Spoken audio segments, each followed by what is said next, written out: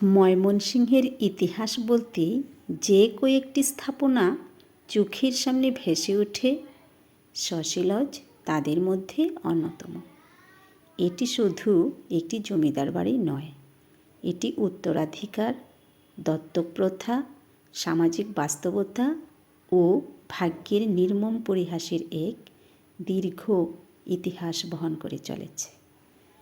মুক্তাগাছার জমিদারির প্রতিষ্ঠাতা শ্রীকৃষ্ণ আচার্য চৌধুরীর তৃতীয় উত্তরপুরুষ রঘুনন্দন আচার্য চৌধুরী ছিলেন নিঃসন্তান। পিতৃতান্ত্রিক সমাজ ব্যবস্থায় জমিদারি রক্ষার জন্য পুত্র সন্তান অপরিহার্য। এই বাস্তবতা থেকেই তিনি দত্তক নেন গৌরীকান্ত আচার্য চৌধুরীকে এবং মৃত্যুর আগে তাঁর হাতেই জমিদারির ভার অর্পণ করেন। কিন্তু নিয়তির নিষ্ঠুরতায় গৌরীকান্ত সন্তানহীন অবস্থায় অকাল প্রয়াণ করেন। এরপর তাঁর বিধবা পত্নী বিমলা দেবী দত্তক নেন কাশীকান্তকে। ইতিহাস যেন বারবার নিজেকে পুনরাবৃত্তি করে। কাশীকান্ত দীর্ঘ রোগ ভোগের পর নিঃসন্তান অবস্থায় মৃত্যুবরণ করেন। কাশীকান্তের স্ত্রী লক্ষ্মীদেবী আচার্য চৌধুরানী হাল ছাড়েননি। প্রথমে চন্দ্রকান্তকে দত্তক নেন, তিনিও অল্প সময়ের মধ্যেই মারা যান। অবশেষে দ্বিতীয়বার দত্তক নেন আচার্য চৌধুরীকে।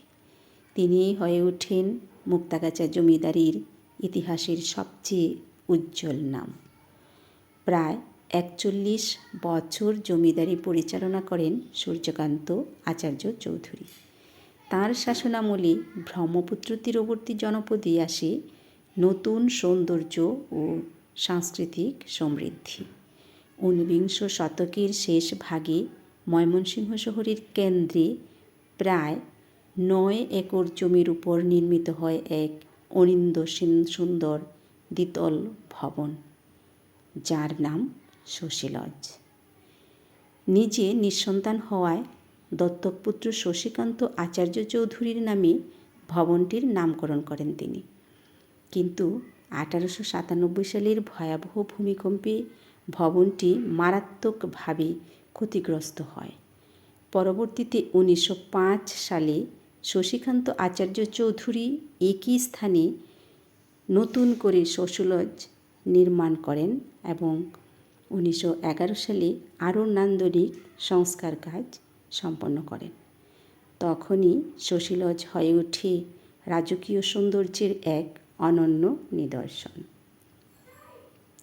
শশীলজের মূল ফটকে রয়েছে 16টি গম্বুজ, ভেতরে ঝুলছে স্ফটিক স্বচ্ছ ঝাড়বাতি, রয়েছে নাচঘর, রঙালয়, আলপনা, কাঠের মেঝে ঘেরা হলঘর, একাধিক স্নানঘর ও রহস্যময় সুড়ঙ্গ।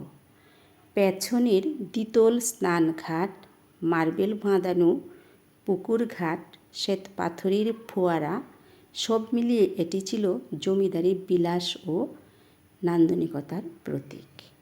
চারপাশে রয়েছে দুষ্প্রাপ্য ও প্রাচীন গাছগাছালি, নাগলিঙ্গম, পদ্মবাগান সহ প্রকৃতির এক অপূর্ব সমাহার। শশীলজ নতুন প্রজন্মের কাছে পরিচিতি পায় হুমায়ুন আহমেদের বিখ্যাত ধারাবাহিক নাটক ওইময়ের মাধ্যমে। নাটকে এটি ছিল জমিদারির বাড়ি। এই কারণেই স্থানীয়দের মুখে মুখে এটি জমিদার বাড়ি নামে পরিচিত হয়ে ওঠে। পরে রাখাল বন্ধু সহ আরও নাটকের শুটিং হয়েছিল এখানে। বর্তমানে শশীলজ একটি ঐতিহ্যবাহী জাদুঘর ও প্রশিক্ষণ কেন্দ্র।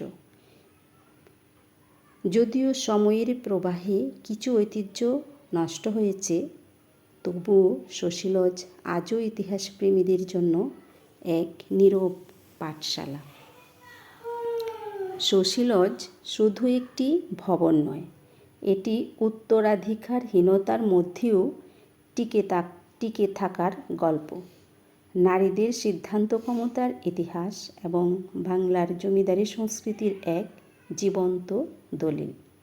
ইতিহাস জানতে চাইলে, অতীতকে অনুভব করতে চাইলে শশীলজ আজও আপনাকে ডাকবে নীরবে।